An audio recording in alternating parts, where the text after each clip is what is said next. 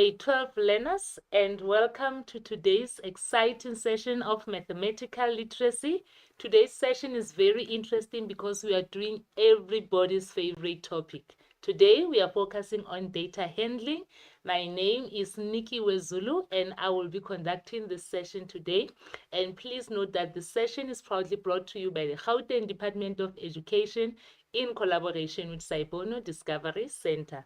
Like I said, guys, today's topic is on data handling, but then the main focus is going to be on the sections of developing questions, collecting, organizing, classifying, and lastly, summarizing data. And I'm not alone this afternoon. I'm with my co-presenter, Mr. Peter Kekana.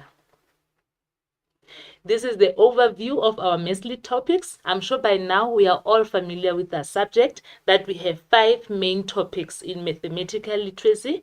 The first topic, which is the biggest topic, is the finance topic, which weighs 35% of the entire syllabus. And then the second topic, which is the second biggest, it is data handling, which is the topic that we are going to cover today. And then we have probability, measurement, maps, plans, and other representations of the physical world. So as you know that our topics are also divided into 2 papers. Finance and data handling fall under paper 1, whereas measurement and maps and plans, they fall under paper 2. And then your probability is integrated between paper 1 and paper 2. Without any further waste of time, by the end of this lesson, we should have achieved the following objectives.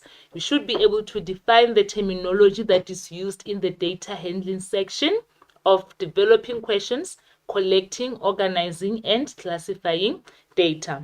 We should be able to develop questions that requires the collection of data. We should be able to select an appropriate sample from a population, use appropriate instruments to collect data, classify the collected data as categorical or numerical, and then organize the collected data using the tallies and the frequency tables. And once the data has been organized and collected, we are then going to summarize it using the measures of central tendency and the measures of spread. This is the glossary of terms under the section of data handling, the first part that we are going to be focusing on. So we are always talking about data. Well, in this section, it's not the cell phone data that you guys are always referring to. In this case, when you talk about data, we are actually referring to raw information that has not been organized, that has not been arranged, that has not even been summarized, as raw as it is. If I wanted to know how many grade 12 learners do we have in South Africa, and then someone comes and say we have 530,000 matric learners in South Africa. That 530,000 learners, it's just data. It is raw. It has not been sorted. It has not been organized. It has not even been measured. Nothing has been done to it. So that is what we mean when we talk about raw information. That is what we call data. And then we have data handling. With data handling, it's when you take that information, your data, and it goes through the processes of being collected, of being organized into different categories, being classified either as numerical or categorical, and also summarizing it. After summarizing that data, you represent it in your graphs. After representing it, then you analyze it. That entire process, we call it a data handling process. It means you are handling your data, you are processing your information. And then once you have now dealt with your data, you have handled your data, you can now classify your data as categorical or numerical. When you talk about categorical data, we are referring to information that is classified into groups. For example, in your class, if I wanted to say the females this side, the males this side, I am classifying you in the category of gender. If I wanted to come to your school and then identify the different colors of cars at the parking lot, I would count how many teachers are having brown cars, how many teachers are having blue cars, how many teachers are having white cars. So I'm classifying those cars in terms of color. That is an example of categorical data. So if data is not categorical, then it is numerical. With numerical data, it is actually self-explanatory because it deals with numbers. It's any data that is classified using what? Using numbers. If I wanted to know currently how many learners are in a grade 12 class, and then we count, we find that we have 40 learners. That number 40, it means it is numerical data because we are using what? We are using numbers. You guys are going to be writing your control tests very soon. So if I wanted to establish the analysis per school, to know the performance of learners in school A, performance of learners in school B, performance of learners in school C, all that information, when I'm getting them, that school A performed at 90%, school B performed at 75%, school D performed at 80%. Those percentages, because they are numbers, then we say that data is numerical data because it has to do with numbers. It can be money, it can be percentages, it can be mass, it can be height, it can be the number of liters of petrol. As long as there are numbers, then the data is said to be numerical data. Now, if data is numerical, it can either be continuous or discrete data. When data is continuous data, we say that is the data that is obtained through measurement. The moment you have to measure to get that data, then that makes that data to be continuous. If I wanted to know the masses, the weight of the learners in your classroom currently, I cannot guess. I can look at you, but I'll never guess how much you weigh, how big you are, or how small you are. So I will need to bring a bathroom scale to class and allow every single learner to jump on the scale so that I can see their mass and record it down. So the fact that I will need a bathroom scale for me to obtain the mass, that makes the data to be continuous. The moment you have to measure to get it, it makes the data to be continuous. Then we have discrete data. With discrete data, it is the data that is obtained through counting. For you to get that data, you must go through the process of counting. If I wanted to know how many learners are in your class, I cannot just come and stand. I will have to count you guys physically. 1, 2, 3, 4, 5, 6. Then the number that I'm getting, that makes that data, the number of learners, to be a perfect example of discrete data. Then we have population. With population, it is an entire group of the study, your entire focus. Let's say I want to conduct a study on high school learners, So my population will be all the high school learners in my region where I'm staying. Let's say I'm from Sedibeng West District. If I wanted to conduct a study with the high school learners in Sedibeng West District, it means all the Sedibeng West District high schools, that will be my population. So population, in simpler words, we say it is the entire group that you are going to use for a study. Whereas a sample, it is a certain portion of the population. Remember the example that I use now? I said I'm conducting a study in Sedibeng West District in the high school learners. That is my population. But now my main focus will be on the grade 12 learners. So the high school learners are my population, but then my sample will be the grade 12 learners. Do you guys understand it? So a population is the entire group. A sample is part of the population that is going to be my focus group. And when you choose a sample, you must make sure that your sample is representative. I cannot be working with a population of 1,000 people and then my sample is only 5 people. It means my sample is not representative. So it must be representative. And when I select my sample, I must select it randomly. There mustn't be any bias in my method of selection of my sample. I cannot say I'm choosing only maths lit learners. Already I'm biased because it's my subject, I love it. I cannot say I'm choosing only girls. Again, I will be biased towards the other gender. So now, that brings us to the new word that I just used, which is biased. What do you mean by biased?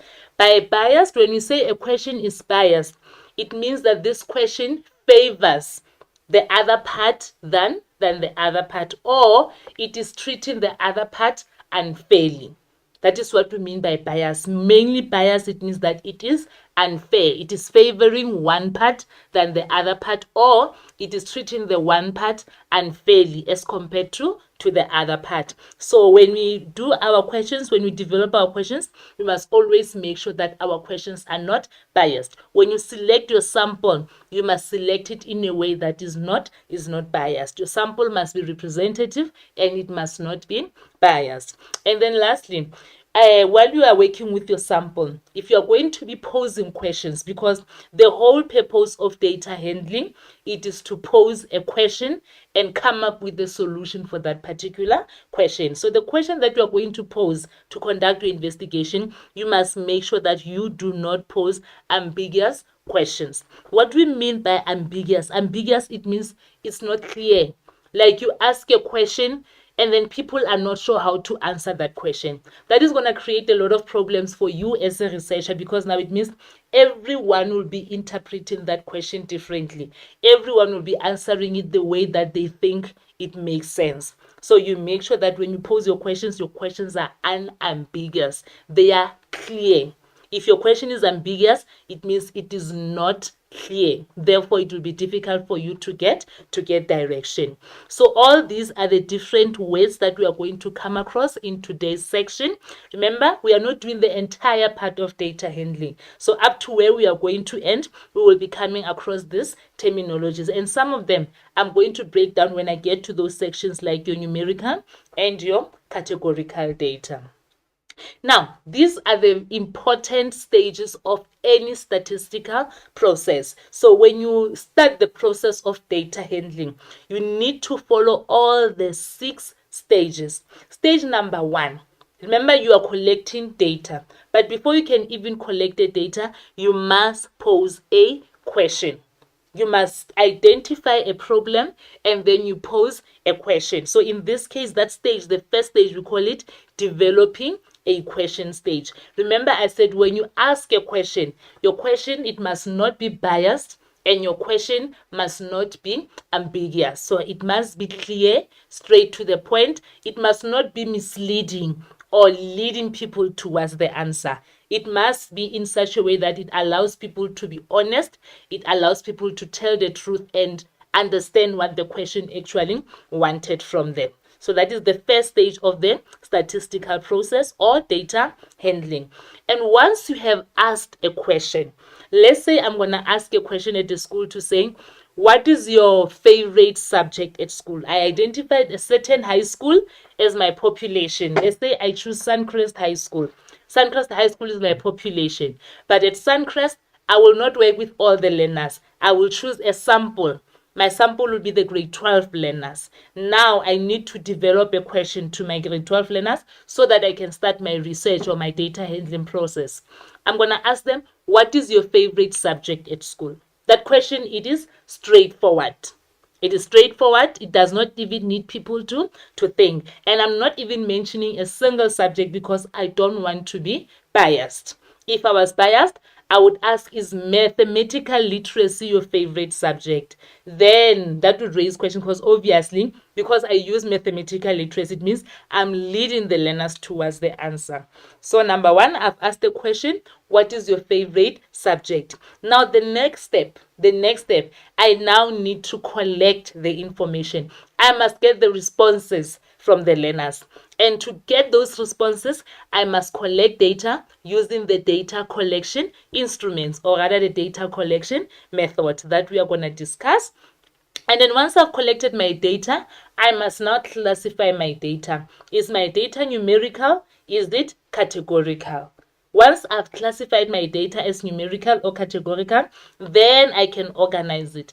And when we organize our data, we organize it using our frequency and tally tables. I'm going to show that to you just to remind you.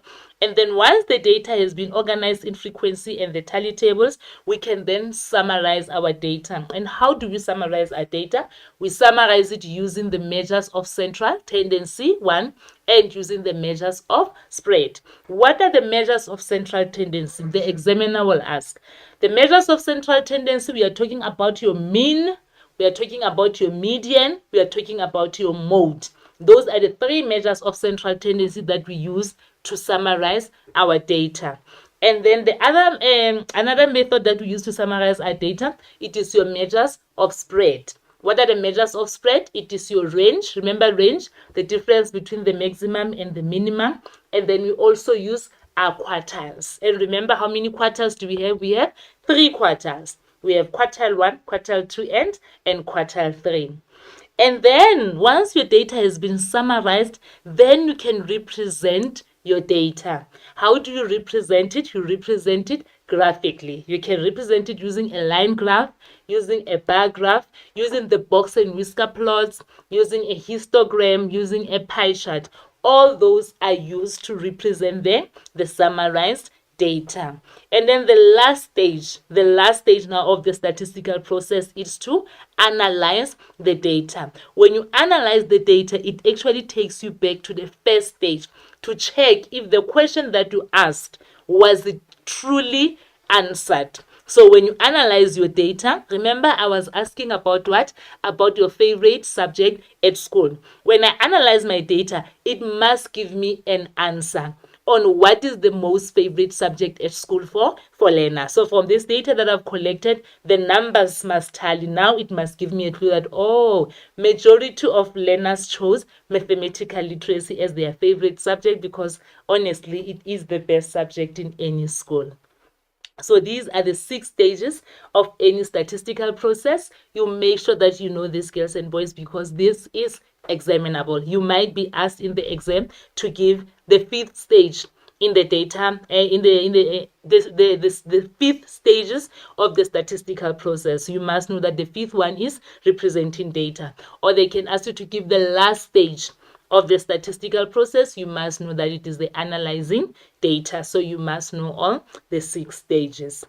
Now, the first part of data collection, like I said, is developing questions. So you identify a problem and then you must pose a question. You develop a question. The example that I use, the question that I would ask at your school would be, what is your favorite subject at school? That is a question. It is clear. It is straightforward.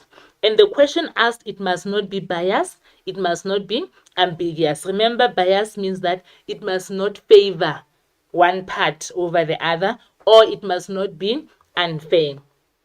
Example of a biased question, like I said, when I come to your class, I can ask you, is mathematical literacy your favorite subject? That is a biased question. Already I'm leading you towards the answer, and it is not fair.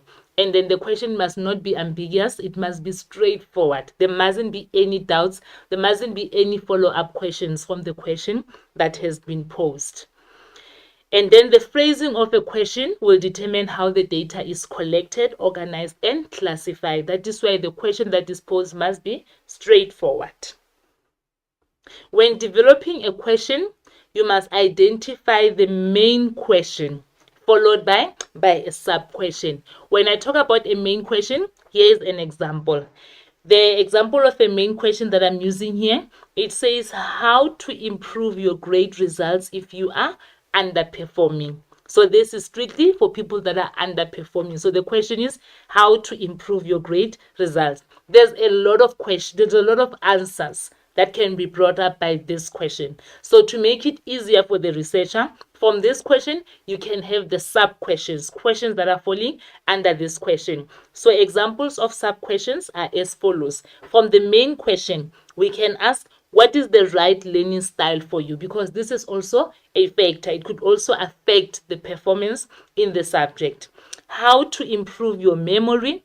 And then lastly, how to make the learning more Fine. These are just examples. It is not limited. I'm sure wherever you are seated, you are already thinking of the other possible questions that you might ask as the sub-questions from this main question as an example.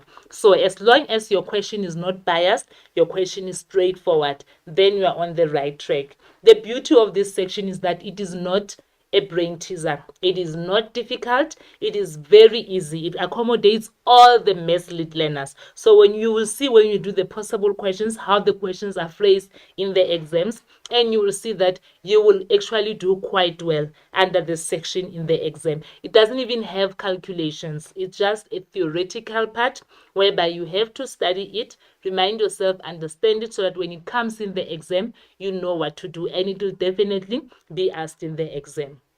So, biased versus the unbiased questions. Remember, I said if it's biased, it is leading you towards the answer, or it is advantaging you, or it is disadvantaging you. If I can come to your class now and ask you, is pink your favorite color? That question alone is biased because it favors girls than boys.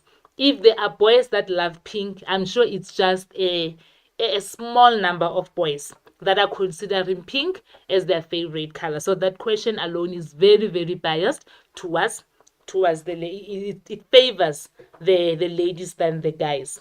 So the following question was used in a survey. What is the reason for the poor mathematical literacy performance in Gauteng schools? That is the question that is posed. Now, the question that is directed to you, is this a biased or unbiased question? You must decide biased or not biased. And then you must motivate your answer. Guys, when they say you motivate your answer, they don't mean that you must motivate it. Go, answer, go. No. Motivate your answer, it means that you must support your choice. If you say that is biased, you must support your statement. If you say it's unbiased, you must support your statement. So what I'm thinking, I think this question is biased because it says what is the reason. Already the researcher has concluded that Gauteng schools are performing poorly in mathematical literacy, which I don't think is a fact. So this question is very, very biased because it is assuming, it is implying that all schools in Gauteng are underperforming in mathematical literacy. So for that reason, I'm saying this question is biased. And yes, as you can see there, my choice, it is a biased question because the research question implies that Gauteng has a poor performance in mathematical literacy. The following question was used in a survey. What is the reason for the poor mathematical literacy performance in Gauteng schools? So it is the same question that we had in the previous question, and we agreed that this question is not okay. It is a very biased question. So if we had to rephrase this question to make it fair, to make it unbiased, we can maybe say, what is the performance of mathematical literacy in all the provinces in South Africa? That one is fair. We want to know the performance of mathematical literacy for all the provinces. We are not implying that one province is better than the other. We are not implying that one province is weaker than the other. It is just a fair, clear, and open question. It's not biased. It is not ambiguous. It is straight to the point. So here is the question in writing. What is the performance of mathematical literacy in all the provinces in South Africa? Now, once we have posed our question, we asked the question in the previous slide of the performance. What is the performance of mathematical literacy in all the provinces in South Africa? Once we have asked the question, now we must collect our data. And when we collect our data, we've got three main methods that we use to collect data, or some books they say it is the data collection instruments. So whether it's data collection instruments or data collection method, it doesn't matter. Don't worry that much about it. So we actually have more, but I just want to focus on the three main. The first one is an interview. An interview is when a person is asked questions and they respond immediately. If I come to your school now, in your class right now, and I ask you guys, what is your favorite subject? I'm asking you, and then I get a response immediately. I'm asking the next person, I get a response immediately. So that is an example of an interview. And then the second type of a data collection method, it is a questionnaire in a survey, whereby we tick can be yes or no. It can be good, bad, excellent. So with the questionnaire in a survey, people complete a list of questions in writing. A perfect example, remember during the COVID-19 times, when you guys were entering the schools, you would be scanned and you'll be made to complete a questionnaire whereby you are asking, have you been in contact with someone that was COVID-19 positive? Do you have any headaches? Do you have sore throat? Do you have high fever? And then you're ticking no, even though you had some of those symptoms, you guys would lie and just tick no. That is the perfect example of a questionnaire. And then we have observation. With observation, we are getting information by observing the participants' behavior. If on Monday, I wanted to check how many learners arrived late after 8 at Suncrest High School, it means what I can do, I can actually go and sit at the gate after 8 at Suncrest High School and record all the learners that are arriving after late, because it means those learners are actually late. So that is the process of observation, whereby you get information by watching a person's behavior or what they are doing. Another example of observation, there's quite a lot of examples, but I can't think of any right now. Hopefully we'll see it in one of our activities. So there's also advantages and disadvantages of using any of the three methods. But remember, I said to you there's a lot of data collection methods that we can use. Another one is database. Remember, database, that is where they store the information. If I wanted to know the performance of mathematical literacy at your school over the past 5 years, I cannot ask your principal. He might not remember what the school scored in mathematical literacy 3 years ago. Even your subject teacher, as much as it's their results, I don't think they still remember exactly how much they scored in mathematical literacy 5 years ago. So what I need to do, I can go to the school's database. That is where I'll get all the information about the performance of mathematical literacy in the past 5 years. Another data collection method that can be used is an experiment, whereby you perform scientific experiment to get to a conclusion or to get to the answer. So now, coming back to our three main data collection methods, they have advantages, they also have disadvantages. You are expected to know this because the examiner can ask you about this. With observation, the advantage is that it is easy to record the information, because as an observer, you decide how you want to record your information. But now there's a catch, and that catch is actually a disadvantage, that whatever you are observing, it relies on your accuracy as an observer. It means while you are sitting there observing, should you fall asleep, even just for a second or two, it will affect all your information. Or should you have the urge to go to the bathroom, you really need to go to the bathroom, it is going to affect your collection of data, because you don't know what you are going to miss as you went to the bathroom. And then the second one, it is the questionnaire. The advantage of using a questionnaire is that it is fast and easy to complete. Remember the example that I used during COVID-19. Do you have fever? No. Headache? No. Contact with COVID-19 person? No. Are you having a fever? No. It's easy, very fast. Yes, no, yes, no, yes, no.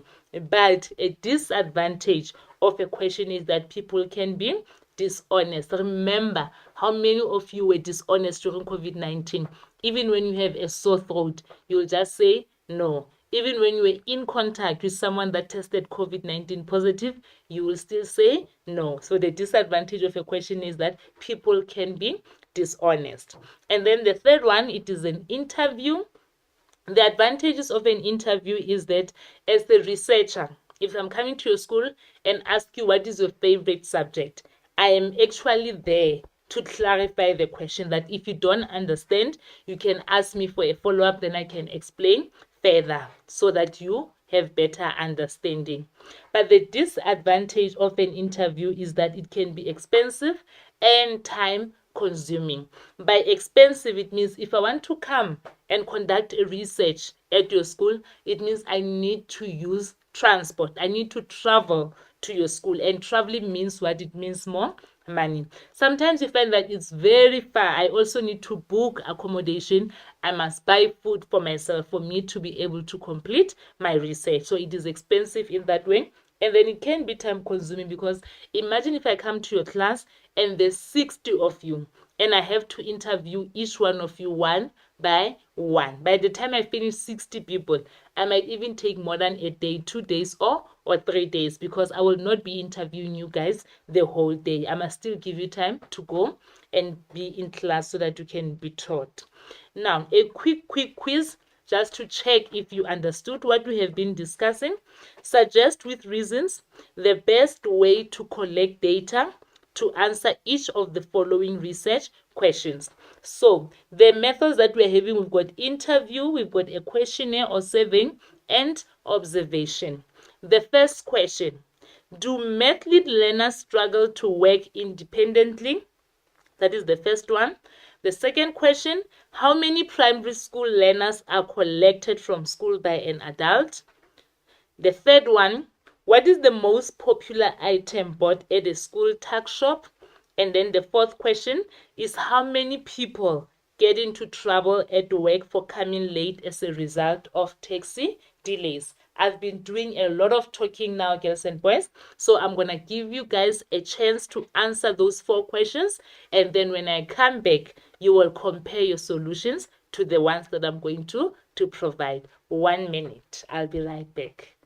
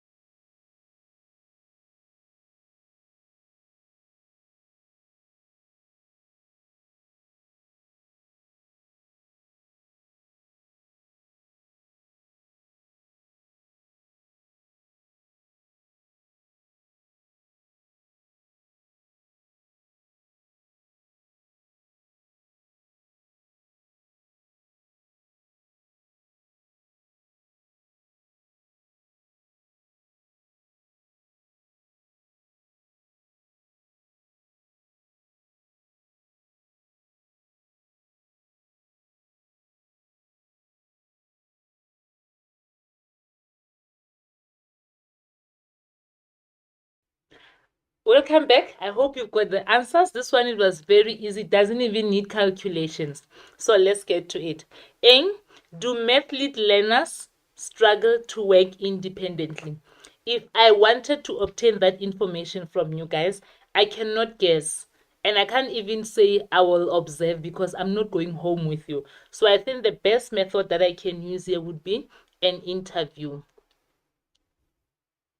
I can ask you one-on-one.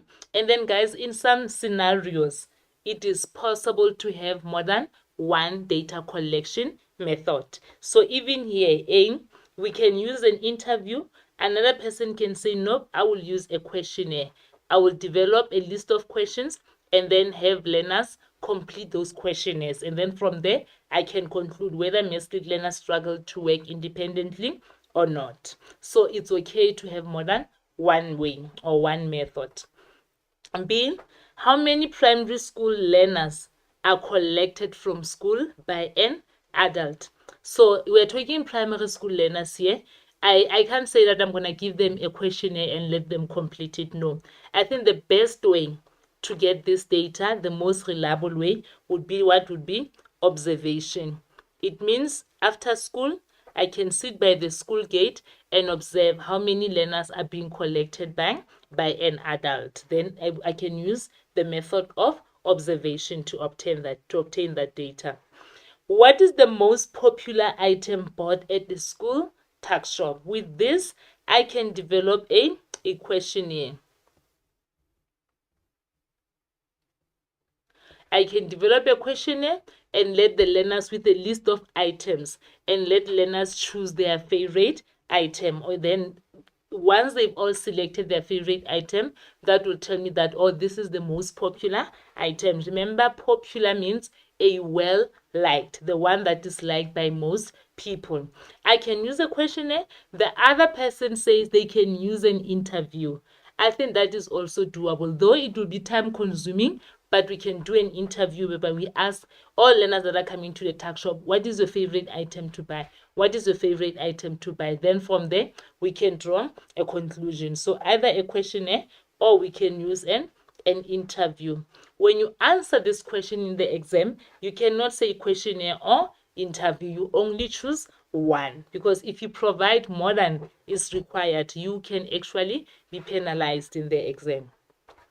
How many people get into trouble at work for coming late as a result of taxi delays? For me to obtain this information, it means I will have to go to the taxi rank while people are queuing and I will interview those people. So I think the best data collection method that I can use in this case is the interview. So from my one-on-one interaction with those people, I will get an idea that this is really getting them into trouble at their workplaces. So girls and boys, I hope you have got all of this right in your wherever you are working there, whether with your classmates or you are alone or you are with your friends from other school. But I hope you guys are on the right track, because all of these, they look so easy because they are easy, and trust me, they are examinable.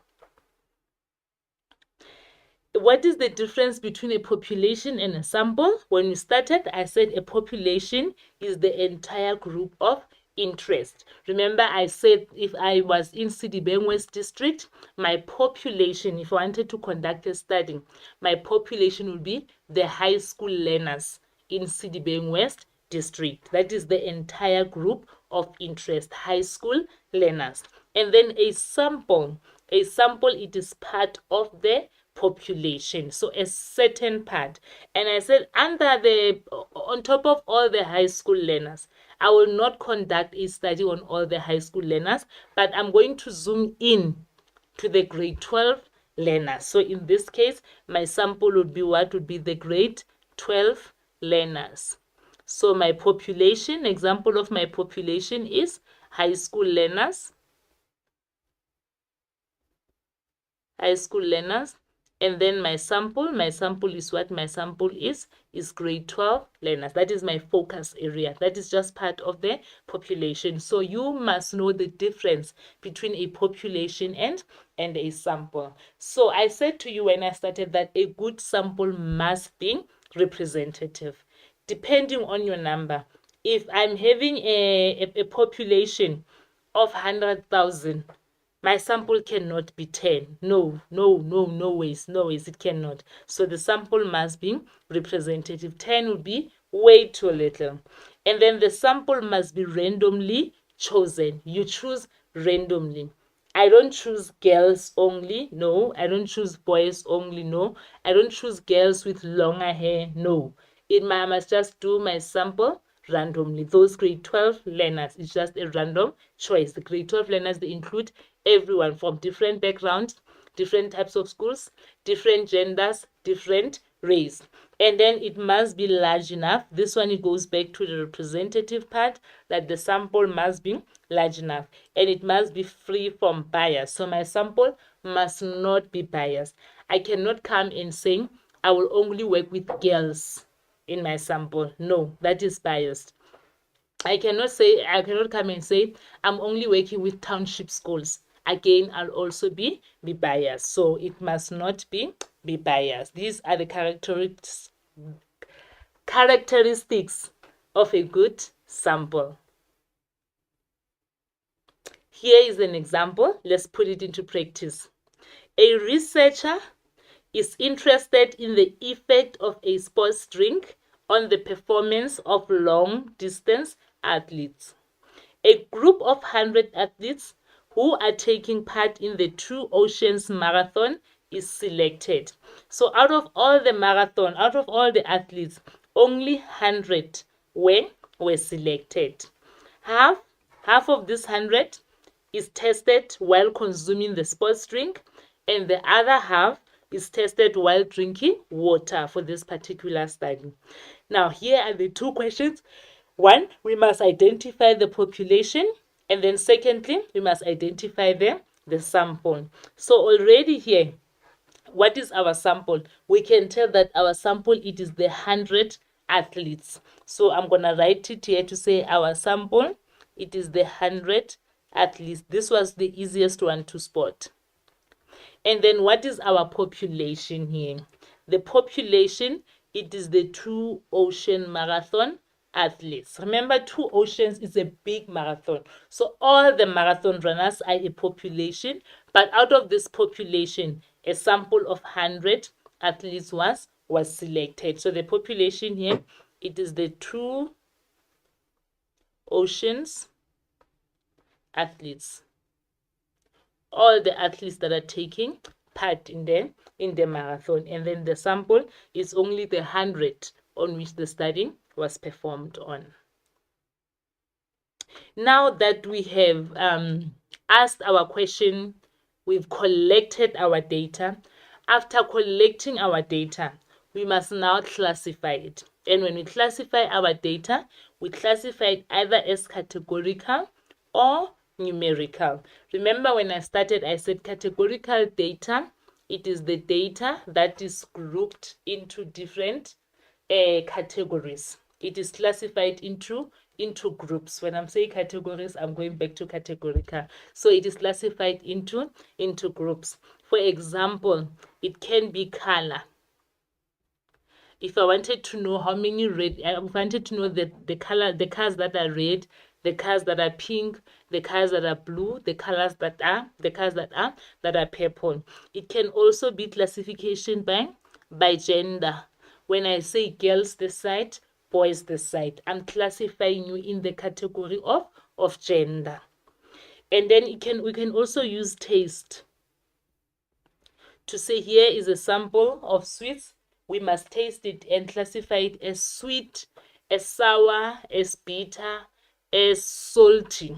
So that is classifying the sweets in the category of what? Of taste. So these are just the examples of categorical data. It is classified into groups. Whereas numerical data, it is self-explanatory. Here we talk numbers. It's got to do with what? With the numbers. If I wanted to know the number of learners in a class, the number of learners, if I wanted to know, the pass percentage of a subject, mathematical literacy in this case, if I wanted to know what time is it, time is a number. It's 3 o'clock, it's 3:30, it's 5 o'clock, that is a number. All these are examples of what? Of numerical data. So once you've classified your data as numerical, you must now decide whether is it discrete or is it continuous data. What is discrete data? We say discrete data, it is obtained through counting. Meaning that for you to get your discrete data, you must do the physical count. A perfect example of discrete data, it is the number of learners. For me to know the number of learners, I cannot guess. I must physically count them. 1, 2, 3, 4, 5, 6, 7, 8, 9, 10, and decide that we've got 10 learners. For me to decide how many scripts do I have, how many textbooks am I going to need, I have to count them, that it is 1, 2, 3, 4, 5, 6, 48, 49, 50 textbooks. By counting them, that makes the data to be discrete. So we can say number of textbooks. Guys, money, For me to know how much I have to count it. I cannot just guess. I must count. It's 10 rand, 20 rand, 30 rand, 40 rand, 50 rands. And then the cents is 10, 20, 30, 40, 50 cents. So it means I've got 50 rand and 50 cents. That is money. And for me to get it, I had to count it. So that makes money an example of discrete data. Please don't come and tell me that it has decimals, then if it's decimals, it's continuous. I am telling you now that money is an example of discrete data because money is obtained through counting. So let me write it down for you here so that you don't forget. Another example of discrete data is money. Let's say you had 35 rand and 70 cents. It means you've got how many rands? You've got 35 rands. And this comma here, it means and. How many cents? 70 cents. So it is 35 rands and 70 cents. So that makes money a perfect example of discrete data. Because for you to get how much you have, you must physically count the money that you are having. So discrete data, it is the data that is obtained through counting. And then we've got continuous data. With continuous data, this one is obtained through measurement. For me to know how much I weigh, how heavy I am, I can never guess. I will need a bathroom scale to climb on a scale. Then I will know my weight or my mass. So that means that continuous data, a perfect example of continuous data is mass. If I wanted to know how tall I am, I cannot guess that. I will need a measuring tape and measure my height, and then I'll get my height that is 1.6 meters. Because I had to measure it, that makes my height an example of what? Of continuous data. I've been talking for such a long time. I'm wondering, am I still on time? Am I still on the right track? Am I still within the stipulated time? Right now, I cannot even guess how long I've been talking. I cannot guess what time is it. For me to know how long I've been talking, for me to know what time is it right now, I will need a watch or a clock. Meaning that for you to get time, you must measure time by using the instrument. What is the instrument that you use to measure time? It is a watch or a clock. So the fact that you will need an instrument to get time, that makes time a perfect example of continuous data. So please don't forget, don't get it confused. These are the examples of discrete data and these are the examples of continuous data. With discrete data, it is obtained through counting. You must physically count for you to get it. Whereas continuous data, you must measure for you to get your continuous data. Continuous data, it is obtained through measurement. Discrete data is obtained through counting. And these are the perfect example of discrete and continuous data. Here is a quick example. Let's warm each other up. Classify the following as categorical or numerical. If it is numerical, you must then further state if it is discrete or continuous. So number 1, the number of coffee beans in a packet of coffee. If I wanted to know how many coffee beans are in a packet of coffee, I will have to count them one by one. 1, 2, 3, 4. The fact that I have to count, that makes because it says number, that makes it what? It makes it numerical. And then the fact that I had to count to get it, that makes it what? It makes it discrete data. The second one, the time of the day when people take lunch. Sometimes, guys, it happens that we work, and then we wake up later around 2 and 3 to say, yo, we missed lunch today. We didn't even see the time because we cannot guess that now it's lunchtime. For us to know whether it's lunchtime now or not, we will need a time instrument, which is a watch or a clock. A watch will tell us that, okay, it's 1 o'clock, it's time for lunch. But if we don't have a watch or a clock, we can never be able to tell time. We are going to miss lunch, you'll miss supper, you'll miss appointments, you'll miss your class, you'll miss your tests because you don't have that instrument that must tell you what time is it. So the time of the day, time because it's numbers, that makes it numerical. And then since it's numerical, because you have to measure using a clock or a watch to get time, that makes it what? It makes it discrete data. And then the last one, the color of jelly beans in a box. The jelly beans are very colorful. You find yellow, red, green, blue, pink, purple. So all those is classified into different colors. It has nothing to do with numbers. So this makes the type of data to be what? To be categorical, because it is classified into different colors. I hope you will be able to answer this if you come across something like this in the exam, because it is examinable. And like I said when I started this section, that this is the easy part of data handling. This type of questions, we actually refer to them as your level 1 type of questions. Those are very easy questions. They don't even need you to be scratching your head. And we expect all our Netslete learners to actually collect as many marks as possible under this section of data handling that we are covering today. Now that you've classified your data as numerical or categorical, now you must organize your data. So when we organize your data, we must first arrange it. And when we arrange, we either arrange in ascending or descending order. Remember, ascending means what? It means from smallest to the biggest. A for up. You are moving from the smallest to the biggest. That is ascending order. Please don't confuse the two. Don't do like your brothers and sisters that didn't know the difference between ascending and descending order. Whereas descending, D for down, it means you're going down. Descending means from up to down. So when you're arranging in descending order, you are arranging from the biggest number to the smallest number. When you're arranging in ascending order, it's from the smallest number to the biggest number. So you must know how to arrange. This question is a very popular question in the exam, whereby you are given a set of data and then you are asked to arrange the data in either ascending or descending order. And you must also know how to arrange your decimals. Your brothers and sisters do not know which is bigger when it comes to the decimals.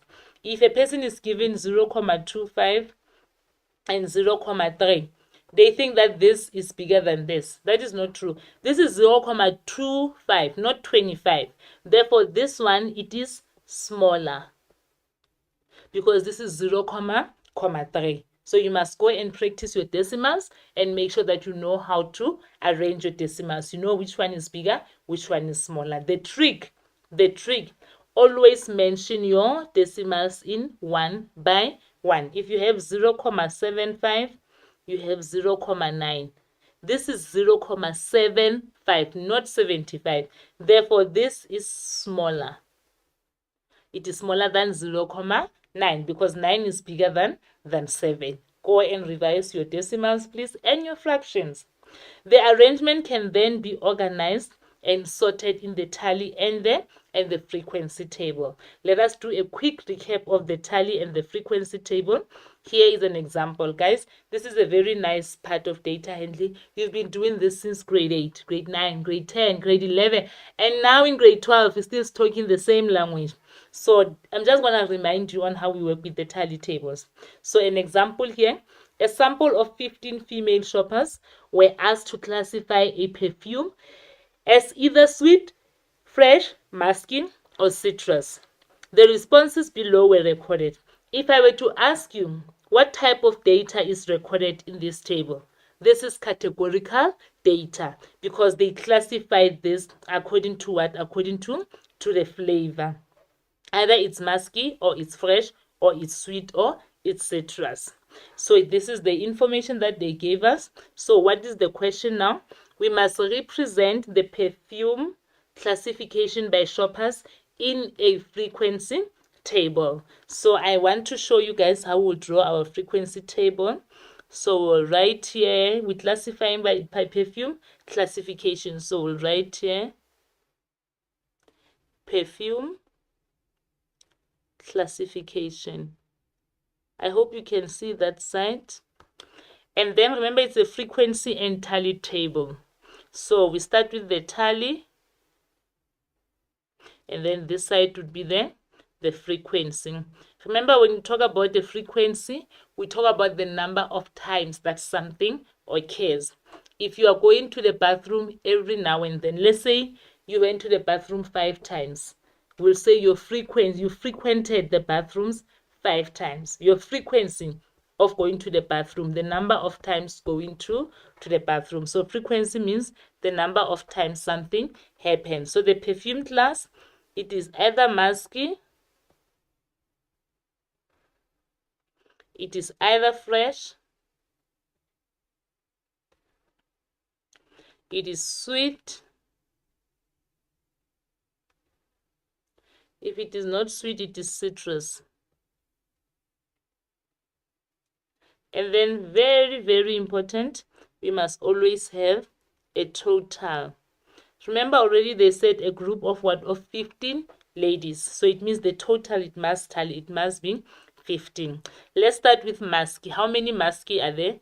It is 1, 2, 3, 4, 5, 6, 7. How do we tally 7? We say 1, 2, 3, 4, 5, 6, 7. So every time it's 4, the fifth one it's a horizontal line. And then we write the number here. It is 7 because musky appears 7 times. Remember, frequency means the number of times it appears. And then for fresh it is 1, 2, only 2, 1, 2, and then you write the number 2. And then for sweet, let me circle the sweet. It is 1, it is 2, it is 3. It's only 3, 1, 2, 3, and then the number 3. And then the last one is a citrus. Citrus, it is 1. Let me paint it. It is 2, it is 3. So 1, 2, 3, and then the number 3. If I want to check if I've included all the items, remember they said it's a total of 15 people. So my frequency, when I add everything, it must give me 15. So I'm going to say 7 plus 2 is 9. 9 plus 3 is 12. 12 plus 3 is what is 15. Therefore, it gives me a total of 15. This tells me that my frequency table is correct because it represents 15 people. So when we mark the frequency table, we will check the tallies. If your tallies are correct, that's a mark. If your frequencies are correct, that's a mark. Very importantly, did you indicate the total? That is also a mark. So this is how we will mark the frequency table.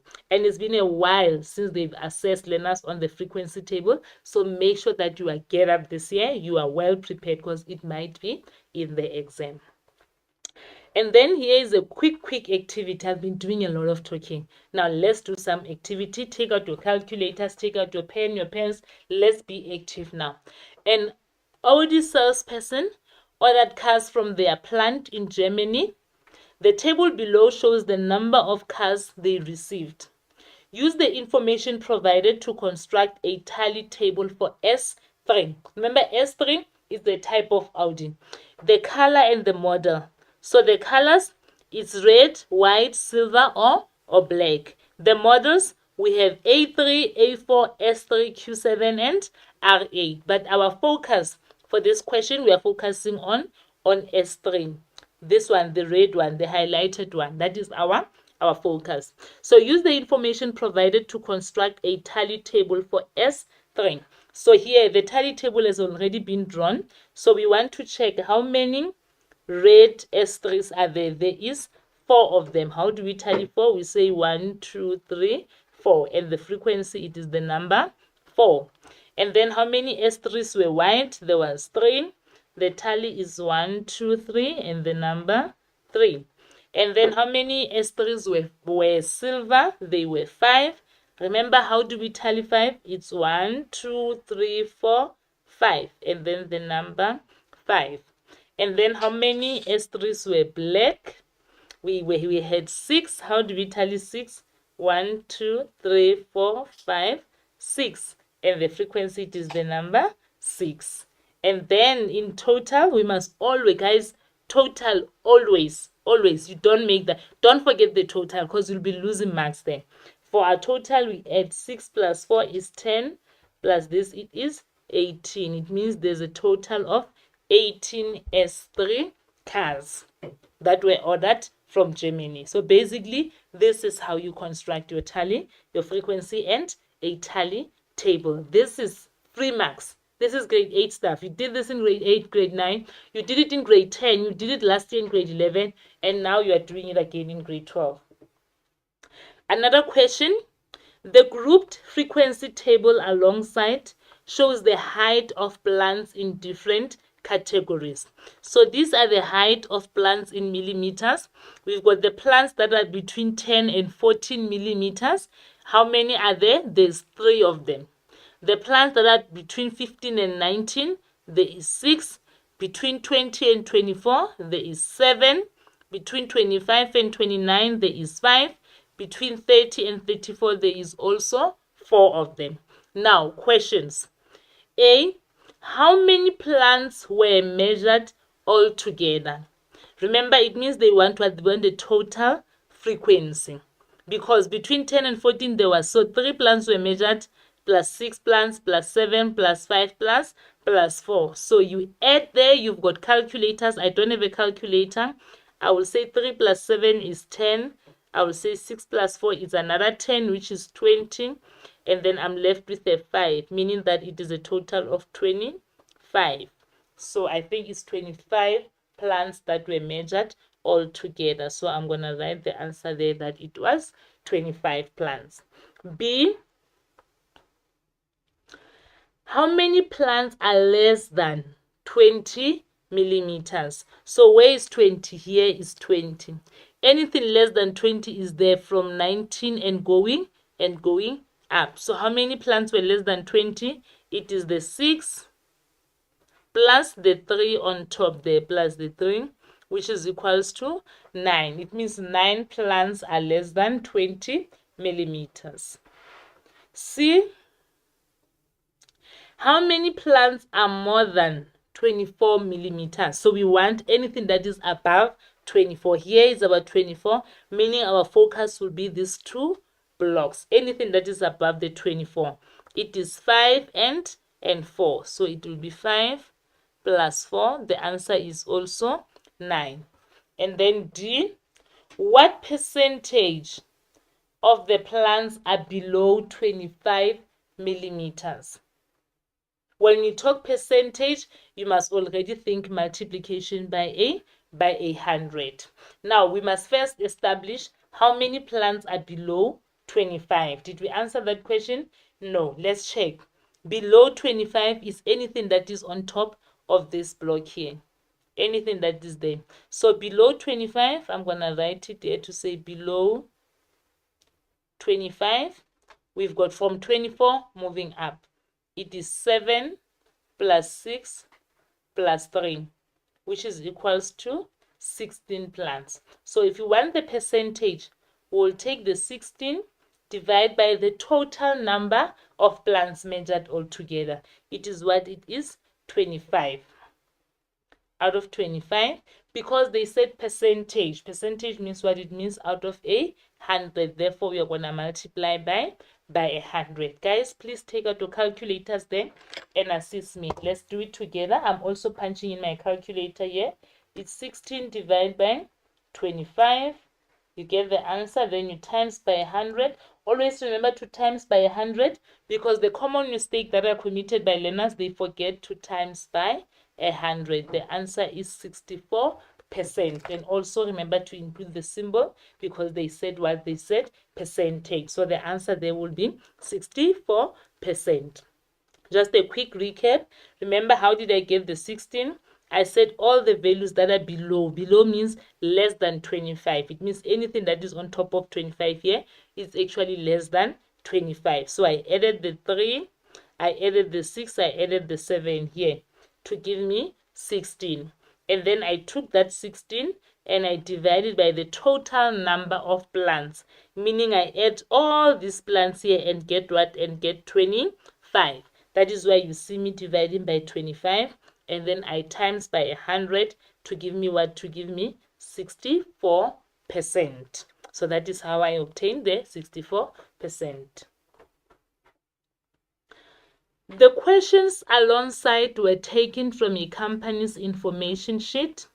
Study the information alongside and answer the questions that follow. So this is a possible exam question because it was asked in one final exam paper.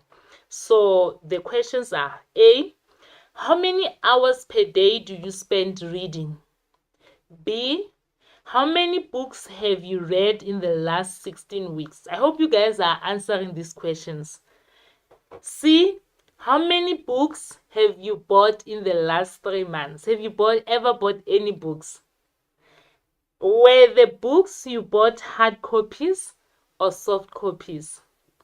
And lastly, do you believe that we should pay 15% VAT on the book prices? So those are the questions that are posed by a researcher. Now let's go to our questions that we must answer. A, identify the data collection instrument that was used to collect the information alongside. I cannot think of anything else other than an interview. That I can use an interview to ask these questions and then I can get the answers straight away.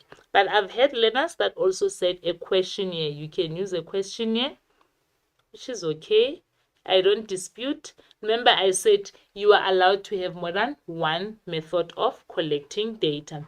But when you answer, you must decide. Either you give interview or you give a questionnaire as an answer. B, name the next step in the data cycle after the instrument has been completed and collected. Remember that 6-step data collection method, that once you have collected your data, we have now collected our data. What is the next step now? We need to classify it.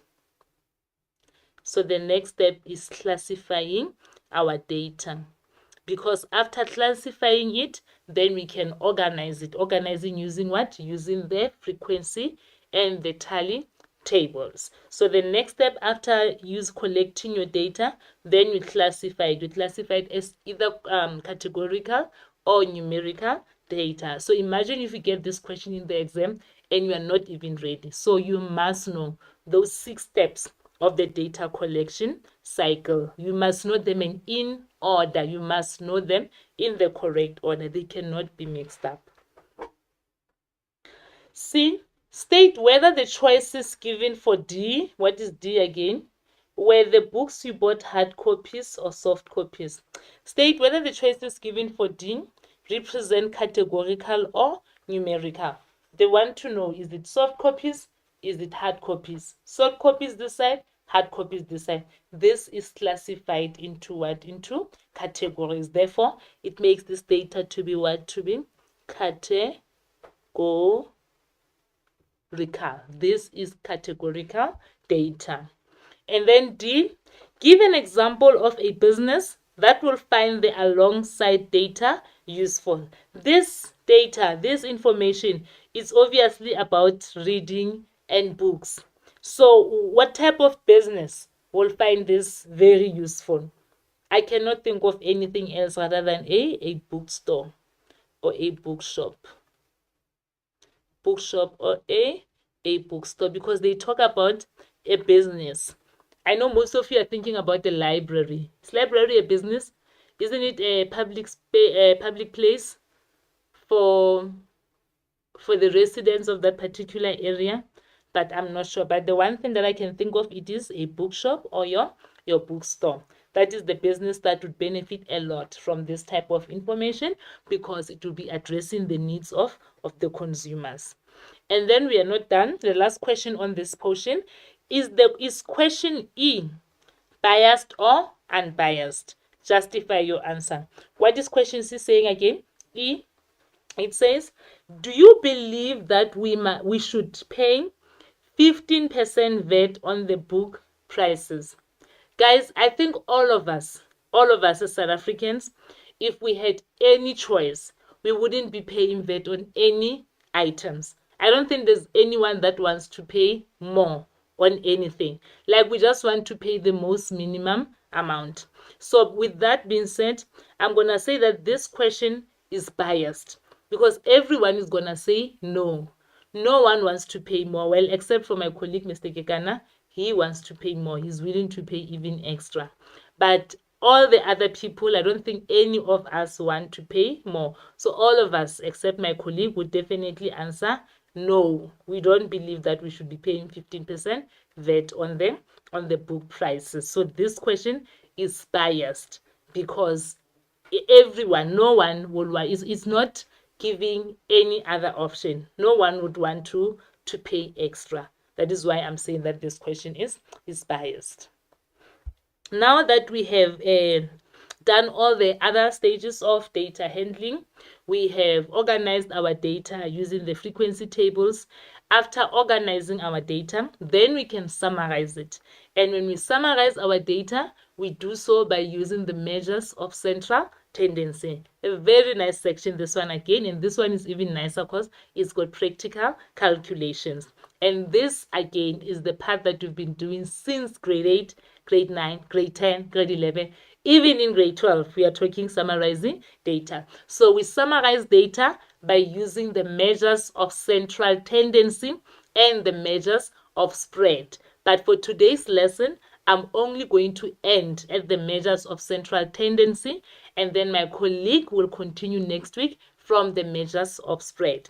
Now, with the measures of central tendency, we've got 3 of them. Please don't forget them. We've got the mean, we've got the mode, we've got the median. These are the 3 measures of central tendency. Don't forget them. The first one, it is the mean. It is also known as the average. If I wanted to calculate your average performance for this term's SBA, that average that I'm talking about, I'm actually talking about the mean. It means I will take all your marks, the one that got 40 plus 35 plus 2 plus 3 plus 25 plus 41. I add all your marks and then I divide it by your total, the total number of learners. What I'm calculating, I'm actually calculating the mean, which is also known as the average. So we calculate the mean by taking the sum of all the values in the data set, that is all your marks for the SBA, divided by the total number of values in the data set. The total number of values is the total number of learners, and then it will give me the mean of that data set. Here is an example of what I'm talking about. You obtain the following results for 7 subjects: 70, 62, 54, 60, 62, 82, and 58. If you are to calculate the mean for this data, you will say mean. Guys, here we are just reminding each other. You guys know this. You know this. This is just a recap, a quick recap. I'm not even going to do the difficult stuff because all of us, we know this. We are reminding each other. So the mean is equals to 70 plus 62 plus 54 plus 60 plus 62 plus 82 plus 58 divided by, how many values are here? Is 1, 2, 3, 4, 5, 6, 7 divided by what? By 7. You don't guess. Here you need a calculator. I'm going to take out mine. I hope you do the same that side. Let's do it together so that you don't fall asleep. 70 plus 62 plus 54 plus 60 plus 62 plus 82 plus 58. I'm getting an answer of 448. You write it down always, and then you divide by 7. You don't just write the answer straight. You write what you got on the calculator. You show all the steps. The answer that I'm getting there is 64. It means our average, your average mark for all your 7 subjects is actually 64. That is why when you pass for the term, you always check your average. That what was my average? When you see that you passed all your subjects with level 7, but you are not in the top 10, and then your principal or your teacher tells you that, oh no, they checked your average, you didn't meet the requirement because of the average.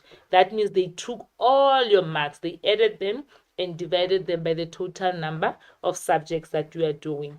So this is how we calculate the mean. And when we mark this question, we will mark for adding all the values, mark for division by 7, mark for this answer from the calculator, and mark for the solution. If you skip a step, you miss a mark. So you must make sure that you show all your steps.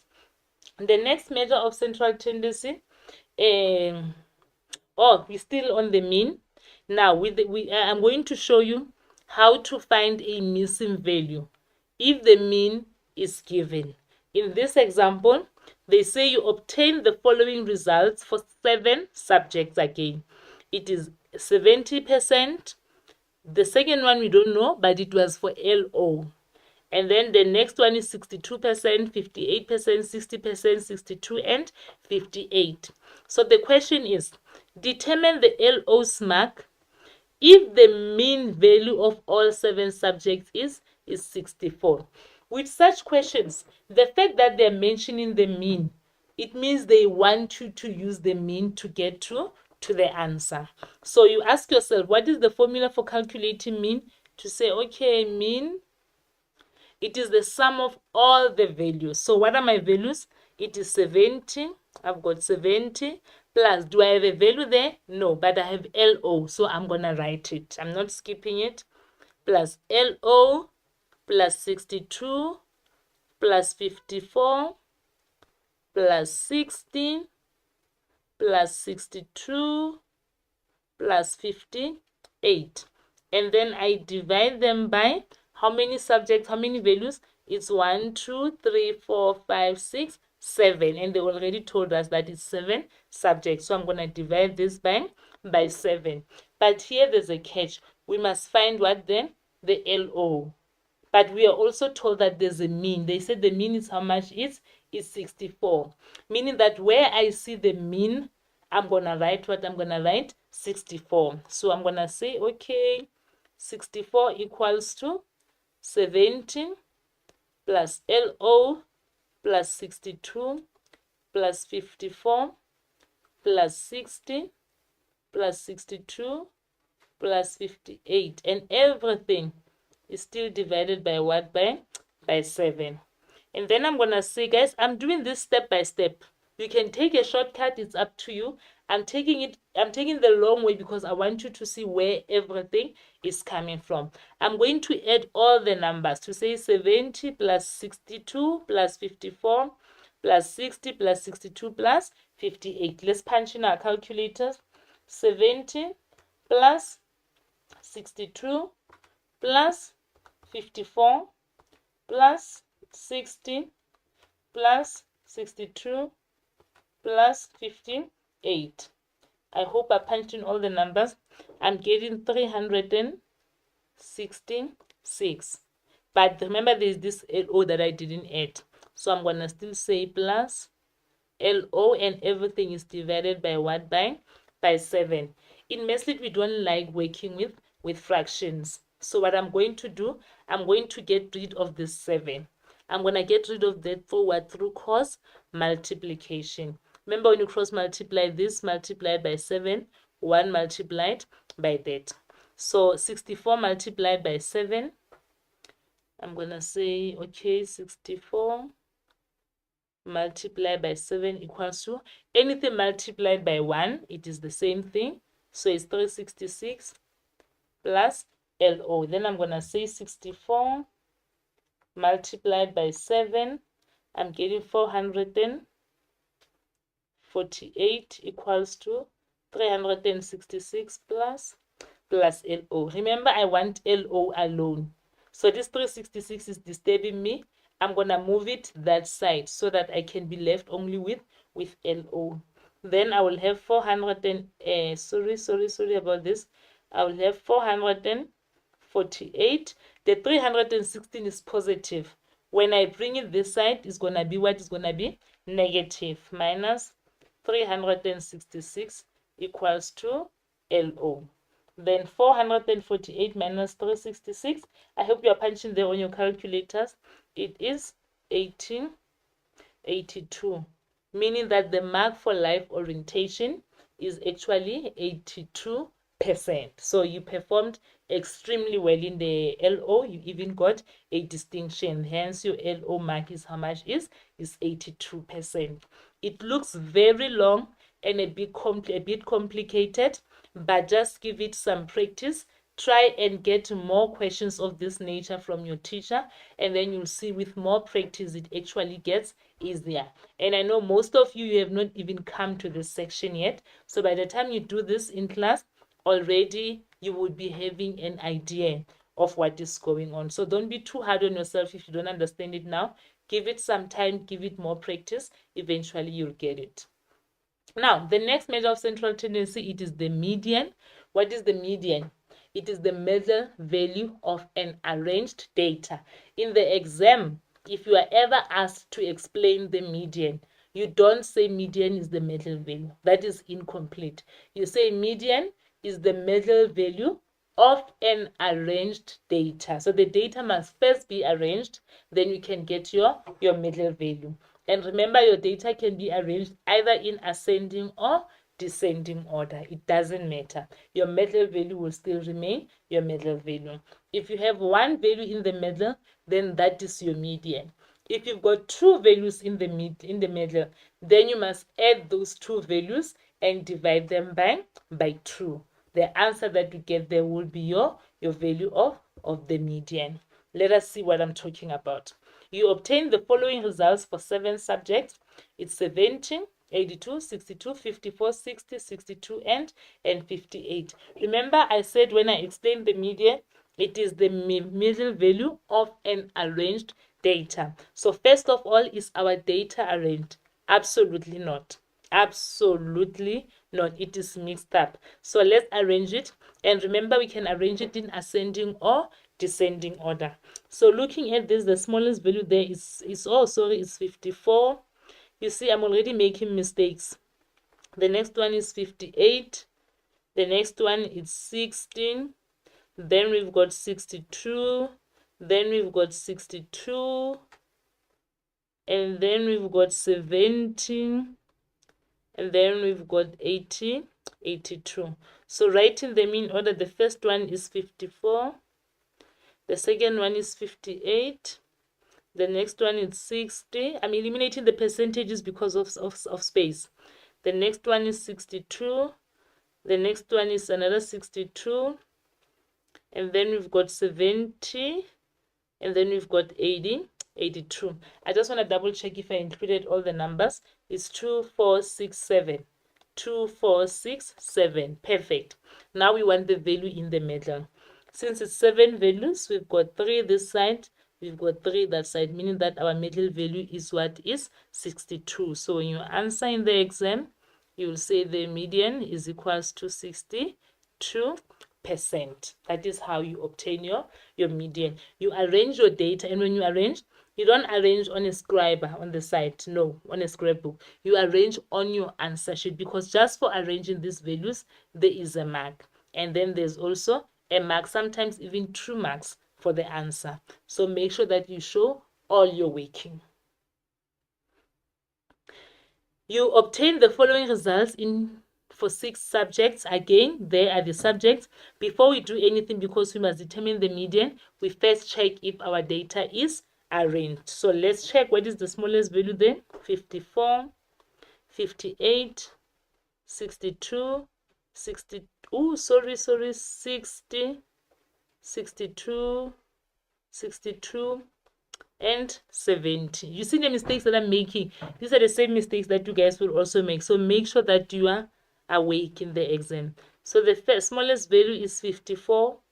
Then we've got 58. Then we've got 60. Then there's 62. Then there's 62. Then there is 70. Then we've got 6 values. If it's 6 values, it means we've got 3 this side, we've got 3 this side. Do we have any value in the middle? Nope.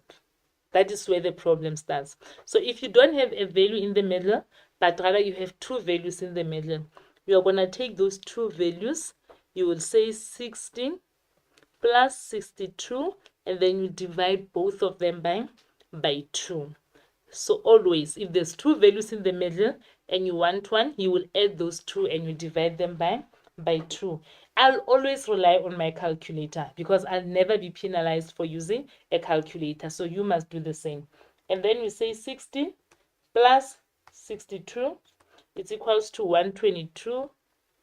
I write down what I have and I'm still going to divide by 2. So you say 122 divide by 2, the answer is 61. It means the median value of this data set is what is 61, or put in the percentage to say it is 61%. So this is how you calculate the median if you have two values in the middle. It means that if you don't have a middle value, you add those two in the middle. Always remember to divide by 2, because most learners, they add the two values and they forget to divide by 2. Don't be like the other learners. When you talk about mode, we are talking about the most popular value. You know that popular girl at school, that is the mode, the most popular value. Or in simpler words, the value that appears the most, or the item that appears the most, because sometimes it's not even going to be a value, but it will be a color. The color that appears the most at your school will obviously be your school uniform color. So in this case, like I said, that it can be numerical, it can be categorical. In numerical, it is a value. Categorical, use color, the color that appears the most. So here is a practical example. You obtained the following results for 6 subjects: 70, 62, 54, 60, 62, and 58. So what we must do in this case, we must determine the mode. When it comes to the mode, there is no need to arrange your data in ascending or descending order because it doesn't affect the mode. With the mode, you are only looking for the value that appears the most. So looking at this data set, we've got 62, we've got 62, and 62 appears the most. It means that for this data set, our mode is equals to 62%. There are going to be instances whereby they want you to determine the mode, but there is no mode, meaning that there is no value that appears the most. If there's such a case, if you ever find yourself in that situation whereby there is no value that appears the most, then your answer, you will write no mode, or you will just write none. You do not write 0, because when you write 0, you are implying that 0 appears the most. Remember, 0 is also a number. So if you are saying that the mode is 0, you are saying that 0 is appearing the most. So you don't ever write 0 as a mode if there is no mode. If there is no mode, you write it in full, no mode, or you just write none. That's how you answer this question. Sometimes you will have two values that are appearing the most. Let's say in this data there is 62, there was also 54%. So this data we say is bimodal because it has two modes. So therefore you will say mode for this data set would be what it would be: 62 and 54, because both 62 and 54, they appear the most. In this data we say it is bimodal. Other cases, very rarely, you will have 3 values that are appearing the most. And in such a case, we say that data set is trimodal, from the word 3, tri, from the word 3. It means if there's 3 values that appear more than all the other data, this is when now you're working with a large data set, you will also write those 3 values as your mode, because those are the values that are appearing the most on your data set. I hope we are clear. If you don't have any mode, then it is no mode. If you have one mode, you will write it, the mode is this. If there's 2 modes, you write them. If there's 3 modes, you write them. It's not a train smash, there's nothing wrong with that. And then now, there are cases whereby the examiner will ask you which measure of central tendency best represents a certain scenario. Maybe if we are talking about the results analysis or your results in your report, and then someone wanted to ask, what is the best measure of central tendency that you'll use that can give you an idea about your performance? It depends on the scenario. In that case, the best measure of central tendency to use would be the mean, because the mean, it gives you a clear picture on your overall performance. But there are cases whereby the mean cannot be used. You'll be forced to use what? To use the mode. For example, where can you use the mode as an average? If I was owning a shop that sells shoes, and I wanted to know which shoe size is selling the most, it means I need to know, like when I buy the shoe sizes 4, 5, 6, 7, and you find that a lot of people are wearing size 7. It means that 7 is appearing the most. It means as a shopkeeper, when I do my stock, I must stock a lot of size 7, because on average in my shop, on average, people are buying size 7. And in that case, the average that is used is what? It is the mode. It is the shoe size that is liked the most. So again, guys, there are instances whereby the mean cannot be used, because the mean is also affected by what we call an outlier. What is an outlier? An outlier is a value that stands out. It stands out from the other values. A perfect example, in your classroom, you are with your maths lit teacher. All of you are between the ages of 17, 18, 19, maybe 20, but 17, 18, 19. And then you've got Miss Kosana, your maths lit teacher. She is 55 years old. So do you see her age? Her age is far from your age, 55, whereas you guys are in your teens. That makes Mrs. Kosana's age to be what? An outlier. And an outlier does not mean that it will always be way higher. Sometimes an outlier can also be way smaller than the rest of the values. Another perfect example, if I were to come and record the shoe sizes of the boys in the grade 12 class, you'll find most of the boys' shoe sizes are at size 8, 9, 10. 8, 9, 10. And there'll be that tiny, tiny little boy whose shoe size is size 4. That size 4, it is the smallest. That makes the size 4 to be an outlier. It's a very, very interesting section. Unfortunately, we've come to the end of our lesson, but don't be disappointed, because next week Mr. Gekana is going to continue with this lesson as he covers more on summarizing data with a special focus on the range and the quartiles and the box and whisker plots. I hope you've enjoyed this lesson. Thank you so much. See you next time.